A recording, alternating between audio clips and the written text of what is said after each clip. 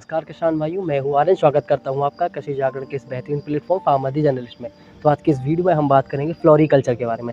आखिर क्या होता है फ्लोरीकल्चर? जैसे एनिमल हस्बेंड्री होती है, वैसे ही फ्लोरीकल्चर होता है। जैसे एनिमल हस्बेंड्री में हम करते हैं, पशुपालन में हम बात करते हैं, पशुओं की रेयरिंग करते हैं, लाइव स्टॉक की रेयरिंग करते हैं।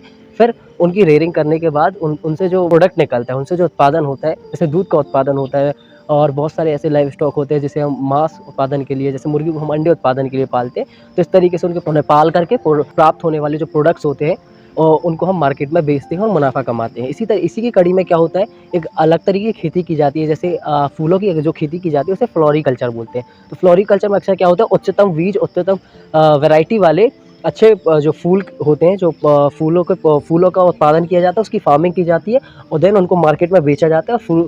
और जो फ्लावर्स होते हैं उनसे बहुत सारी चीज़ें बनाई जाती है। जैसे आप देखेंगे तो जो रोज़ होता है, जो गुलाब होता है, उसके पौधे से गुलाब जल बनाया जाता है। अलग अलग वैरायटी के जो पौधे होते हैं, अलग अलग वैरायटी के जो फूल होते हैं, फ्लावर्स होते हैं, उनके अलग अलग यूजेस होते हैं। उसके हिसाब से बहुत सारे परफ्यूम बनाए जाते हैं और बहुत सारी मेडिसिनल यूज़ भी होते हैं इन पौधों इन फ्लावर्स के। तो उसी को हम फ्लोरीकल्चर बोलते हैं। फ्लावर्स जो होते हैं, फूल जो होते हैं, उनकी खेती करना फ्लोरीकल्चर कहलाता है। तो आज मैं आपको बताऊंगा कि आप किस तरीके से एक अच्छे फ्लोरीकल्चर और फूलों की खेती कर सकते हैं। जैसा कि आप देख सकते हैं, मैं एक छोटे से बागान में खड़ा हुआ हूँ, जहाँ पर बहुत सारे अलग अलग वैरायटी के जो फ्लावर्स है। जैसे आप देख सकते हैं, ये एक वैरायटी का फ्लावर है। ये एक अलग अलग वैरायटी के जो फ्लावर्स हैं, यहाँ पर गुड़हल का पौधा भी, हिबिस्कस है, रोज़ वगैरह और अलग अलग जो प्लांट्स जो पौधे हैं उनकी फार्मिंग की गई है। तो मैं आपको बताऊंगा कि आप किस तरीके से अगर आप भी फूलों के पौधों की खेती करना चाहते हैं, फ्लोरीकल्चर करना चाहते हैं और अच्छा उत्पादन कमाना चाहते हैं, क्योंकि मार्केट में इनकी बहुत ज़्यादा डिमांड होती है और अच्छे रेट पे भी बेचते हैं। तो किस तरीके से आप शुरुआत कर सकते हैं? सबसे पहले आपको क्या करना है, सबसे पहले आपको अच्छे वैरायटी के जो सीड्स होते हैं, जो फ्लावर सीड्स होते हैं, वो मार्केट में ही मिलते हैं और आप तैयार भी कर सकते हैं। तो अच्छे सीड्स का यूज़ करना है। सबसे पहले आपको सेलेक्ट करना है कि आपको किस तरीके के फ्लावर्स के पौधे की खेती करना है। जैसे आप गेंदा की खेती कर सकते हैं, रोज़ हो गया, हिबिस्कस हो गया, ऐसे बहुत सारे जो रात रानी जैसे फ्लावर्स होते हैं, अलग अलग फ्लावर्स जो होते हैं, फूल होते हैं, उनकी अलग अलग खेती की जाती है। तो आपको सबसे पहले उच्चतम वैरायटी के जो आपके एरिया के लिए सूटेबल हों, आपके गांव के या जिस क्षेत्र में आप खेती कर रहे हैं वहाँ अच्छे टेम्परेचर, जो सूटेबल टेम्परेचर हो, उसके हिसाब से उस वातावरण को रजिस्ट करते हो, उसके हिसाब से आपको जो बीज है उसका चयन कर लेना है। आप जिस तरीके से अगर जो वैरायटी जो सीड्स है उनका चयन करेंगे, उसके बाद क्या करना है, आपको उसकी सीडलिंग करनी है। सीडलिंग मतलब कैसे? आपको एक क्यारी बनानी है। क्यारी में सबसे पहले जो पौधे होते हैं, जो बीज होता है, उसको बोया जाता है। बीज बोने के बाद 1 हफ्ते, 2 हफ्ते, 15 दिन, अलग अलग वैरायटी के जो फ्लावर्स होते हैं, उनका जो टाइम होता है उगने का या पजने का जो टाइम होता है, अलग अलग होता है। तो आपको क्या करना है कि सबसे पहले अलग अलग वैरायटी के जो फ्लावर्स हैं उनको क्यारी बना करके उनके बीजों को डाल देना। कुछ समय बाद उनसे पौधे निकलेंगे। पौधे जब तैयार हो जाएँ तो उन पौधों को फिर आपको फील्ड में लगाना है। फील्ड में लगाने के लिए आपको फील्ड को, जो आपको खेत है, उसका लेआउट बनाना है कि आपको कितने एकड़ में पौधा, कितने एरिया में आपको उसकी खेती करना है। उसके हिसाब से आप पौधे लगाएंगे और पौधे के बीज को बोएंगे।